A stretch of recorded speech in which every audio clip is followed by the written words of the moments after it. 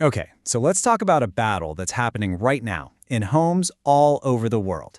It's a story about an everyday appliance locked in this extraordinary fight with its own environment. We're talking about the humble air conditioner, and as you're about to see, in some places, it's not just working, it's fighting for its life. I mean, really think about that. What happens when the heat isn't just hot, but relentlessly, punishingly extreme? Well, it pushes the machines we all rely on right to their breaking point.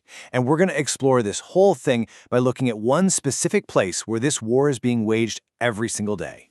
Welcome to the Coachella Valley. Now, Cathedral City isn't just some random spot on a map. For our purposes, it is the perfect laboratory. It's a place where that extreme environmental stress shows us exactly what happens when our technology slams up against the raw, unforgiving power of the desert. All right, so let's really set the scene for this high-stakes conflict. What is it about this particular battlefield that makes it so incredibly challenging for the average HVAC system? You know, this one sentence from our source material, it really just says it all, doesn't it? This isn't a fair fight. From the second an AC unit gets installed here, the deck is completely stacked against it.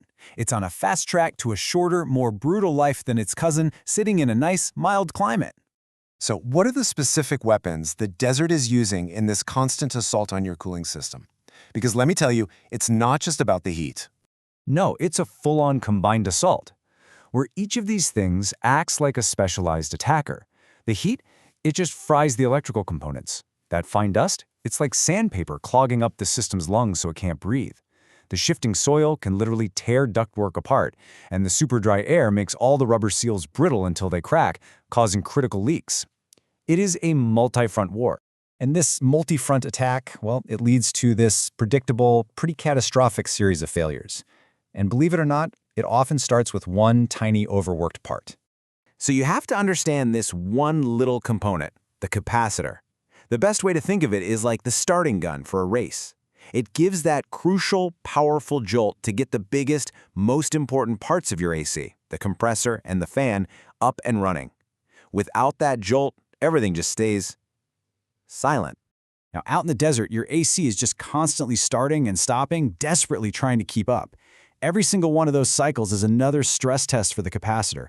And that relentless demand, that brutal heat, it basically just burns this little part out until it gives up. And that's it. That's why it is the #1 reason for an emergency call. But the failure isn't always electrical. Sometimes it's this chain reaction that starts with something as simple as dust. Yep, dust. That abrasive desert dust clogs up the coils, which means the system can't exhale the heat it's pulled from your house. It starts to choke. This puts an incredible strain on the compressor, the heart of the system, until it overheats and just dies. It's a total domino effect, kicked off by the environment itself. Okay, so if the environment is the attacker, how in the world do you mount an effective defense?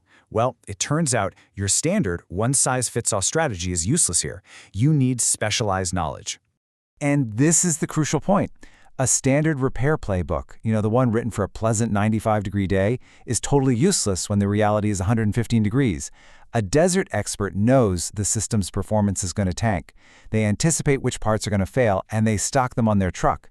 And then they test the entire system under real-world stress after the repair, not just in theory. So all this brings us to a really practical takeaway for any homeowner. When you're facing a big repair bill on an aging machine, how do you make the right call? Well, there's actually a simple rule of thumb that can help. It's called the $5,000 rule. All you do is multiply the age of your air conditioner in years by the estimated cost of the repair. It's just a quick financial gut check to help you avoid sinking good money after bad into a system that's already losing the war against its environment. So, $5,000, that's the threshold. If the number you get from your calculation is more than $5,000, the guidelines suggest that replacement is probably going to make a lot more financial sense in the long run. It's basically a line in the sand for cutting your losses. And here's exactly how it works in practice. Let's say you've got a 12-year-old unit that needs a $500 repair. Okay, so you multiply 12 by 500 and you get $6,000. That is over the threshold, so replacement is the smart move. But what about an 8-year-old unit with a $400 repair? Well, the result is $3,200, well under the limit. In that case, yeah, the repair probably makes more sense. So the whole point of this deep dive into the desert isn't really just about Cathedral City. It's that your climate, wherever you live, is also waging this quiet little battle against your home. And understanding your specific environment is the absolute key to protecting the technology you rely on every single day. So the real question is, do you know who's winning?